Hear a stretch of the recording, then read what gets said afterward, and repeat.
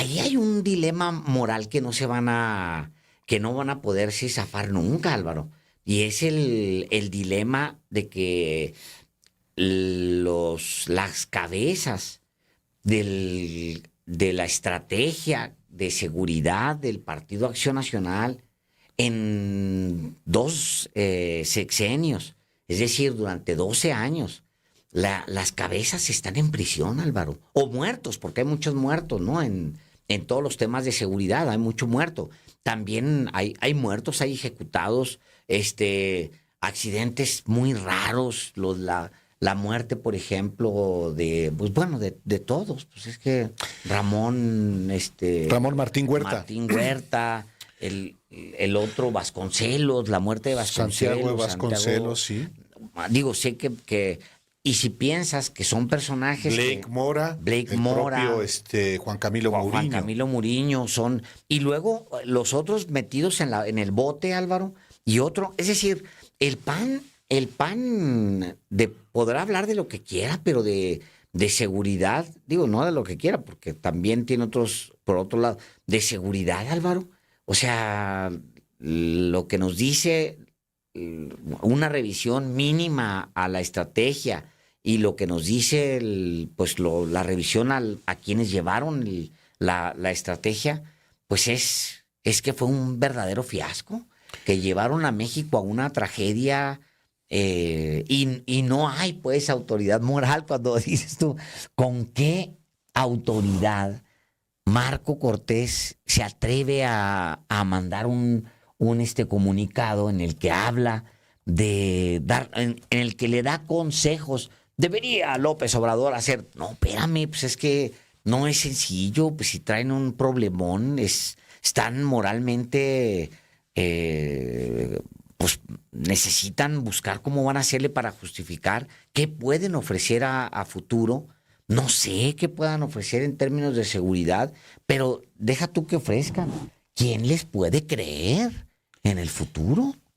Porque ni siquiera ha habido, digamos, una exposición, una explicación sincera del Partido Acción Nacional ante los dos gobiernos que encabezó, marcados efectivamente por las complicidades con el narcotráfico, un personaje del más alto nivel marca a los dos gobiernos.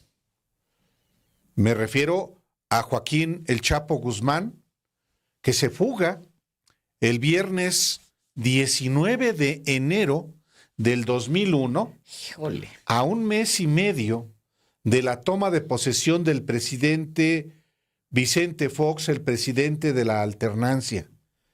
Y ese narcotraficante, Joaquín El Chapo Guzmán, sale, dice él, por la puerta de adelante.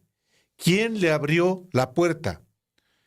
Hay que recordar que el secretario de Gobernación era Santiago Krill, secretario de Gobernación del gobierno de Vicente Fox. Y el subsecretario de Gobernación, Ramón Martín Huerta, era alguien también de todas las confianzas de Vicente Fox, como también el entonces director del CISEN. ¿Quién era el director del CISEN? Eduardo Medina Mora, quien sería procurador con Felipe Calderón. Y Genaro García Luna era el director de la Agencia de Investigación Criminal cuando el titular de la PGR era el general Rafael Macedo de la Concha. No recapturan a Joaquín El Chapo Guzmán ni con Fox ni con Felipe Calderón. ¿Por qué? Porque Genaro García Luna tenía ya arreglos como director de la Agencia de Investigación Criminal en el gobierno de Fox y fue llevado a la cumbre como secretario de Seguridad Pública con Felipe Calderón. ¿Cómo iba a capturar Genaro García Luna a Joaquín El Chapo Guzmán si lo protegía? Entonces, de eso el Partido Acción Nacional su actual presidente, Marco Cortés, y el jefe político de que es Santiago Krill Miranda, no han dado ni una explicación autocrítica, ni siquiera para tomar distancia de Felipe Calderón. Y en ese sentido, pues cuando uno ve las maniobras que hacen para, digamos, echar en cara al gobierno actual el número de muertos que se acumulan, pues no es creíble, no es sincero. Menos cuando el estado más violento de la República es el estado más gobernado, el estado gobernado por el PAN por más tiempo, desde 1991. 32 años de gobiernos ininterrumpidos del PAN en el estado más violento de la República, con un fiscal, además, que por cierto hoy compareció ante el Congreso local y protegido por, obviamente, los panistas, pero con un fiscal que está en el cargo desde el 2009. ¿Y por qué demonios sigue siendo Guanajuato el estado más violento? En eso tampoco hay una explicación del PAN, Alejandro. ¿No? Entonces, ¿quién les puede creer a los panistas? Si acaso ellos. Y si quieren buscar una explicación de por qué el PAN ha ido en caída libre, pues una explicación tiene que ver con su irresponsabilidad en materia de la seguridad pública, de la seguridad nacional inclusive, y con el tráfico de drogas, así de simple. Entonces, vuelvo al caso de Felipe Calderón. Ni una palabra respecto de su responsabilidad política, por lo menos, en el caso de Genaro García Luna. Se dice la víctima perseguido político y sigue en su escondrijo allá en España. Dice alguien por ahí, uno de los poquitos que lo siguen, es que no está en su escondrijo, anda en España. Pues está con la protección plena de la extrema derecha de ese país, que, bueno, ojalá viniera a México. No lo va a hacer, Alejandro, es un hombre repudiado. Bueno, y además opina seleccionando información, o sea, dice él, pues no se presentó, lo que pasa es que no se presentó ahí en el juicio en Estados Unidos, no se presentó lo que todos esperábamos, es cierto, pero el balance no parte del juicio, el balance que él tendría que hacer es a partir de todos los que le dijeron y que han dicho ahora que le dijeron en su momento que Genaro García Luna estaba metido en el crimen organizado. O sea, a partir de ahí tendría que hacer el balance. Y él, pues tampoco, qué cómodo que agarra esa que para mí también, yo diría, es más, coincido con Calderón en que pues una serie de declaraciones de narcotraficantes, bueno, pues esa es la evidencia que allá se considera como tal y que permite llevar a un hombre a prisión. Bueno, el caso es que en México se le está siguiendo un juicio a este hombre y hay una actualización de sus propiedades. El caso es que allá el juez no permitió la revisión de las propiedades de Genaro García Luna a partir del 2012 porque era un juicio que se concentraba en su desempeño como servidor público. Pero ahí están, en México, si él no se ha dado cuenta, pues ahí están los listados de propiedades de él, de su esposa y de sus socios. La mansión está de inspiración árabe, con albercas, comedores, balcones, los yates privados, la marina privada. ¿Qué servidor público se puede dar el lujo de tener un departamento en una isla privada? Un departamento por $4.2 millones, otro por $2.2 millones, una planta completa en un condominio de superlujo, de pisos de mármol, completamente amueblado. Nada más que él selecciona siempre, como le ha hecho toda la vida, selecciona lo que él, para emitir un juicio, escoge y luego hace cuentas con el pedacito de información que él selecciona para hacer su juicio. Y esa es la historia de Calderón de siempre. O sea, él se mantiene diciendo y luego calla. Se ha dicho que él no estaba enterado de que García Luna, pues es que hay testimonios muy serios. Un subsecretario de la Defensa Nacional se paró y le dijo a él, al presidente de la República en ese momento, a Felipe Calderón, un subsecretario, le dijo: Genaro García Luna está metido hasta el copete como los criminales. Si no lo sabe él, si no lo cita, es porque lo hace a un lado, pero la evidencia ahí está. O sea, hay mucha maña en el planteamiento. Y el baño hasta el pan es tan brutal que hay que recordar, Álvaro, que justamente en la última ocasión en la que estuvo Pablo Gómez, titular de la Unidad de Inteligencia Financiera, habló justo de cómo García Luna hizo negocios hasta con el PAN. O sea, hizo negocios con el PAN. Es una de las empresas privadas de Genaro García Luna, asesoró al PAN en materia de recursos humanos y le cobró hasta ahorita, hasta donde sabemos, 1,160,000 pesos. Ese es el concepto que se establece en esa empresa, Glad Security Consulting, firmado en abril del 2015, cuando el presidente de ese partido era Gustavo Madero. Y el documento ahí está. Es un contrato, y es un contrato, efectivamente, usted lo puede leer completo en Sin embargo MX, y efectivamente este contrato fue firmado el 24 de abril de 2015 entre el representante legal de la empresa de Genaro García Luna, Edgar Anuar Rodríguez García, y el representante legal del Partido Acción Nacional, que en aquel momento era Carlos Olson San Vicente. Carlos Olson San Vicente es actualmente diputado local del PAN en Chihuahua. Es senador suplente de Gustavo Madero y es un hombre de todas las confianzas de Gustavo Madero. A mí lo que me llamó la atención de este contrato, Alejandro, que ampara efectivamente un cobro de 1,160,000 pesos, es que no es un asunto sobre seguridad. No. ¿De recursos humanos es o de qué? Por asesoría y análisis en procedimientos de recursos humanos para el Comité Ejecutivo Nacional del PAN. ¿Qué diablos es esto?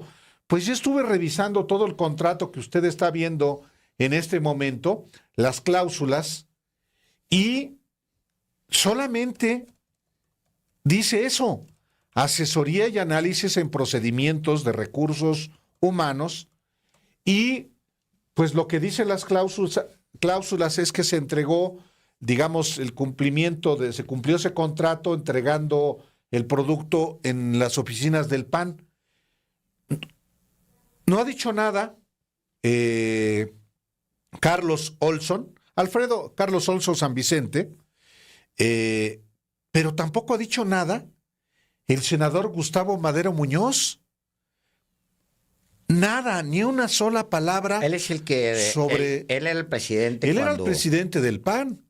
Y Carlos Olson era, yo lo recuerdo perfectamente, el hombre de todas sus confianzas, el que manejaba todo el dinero del Comité Nacional del PAN.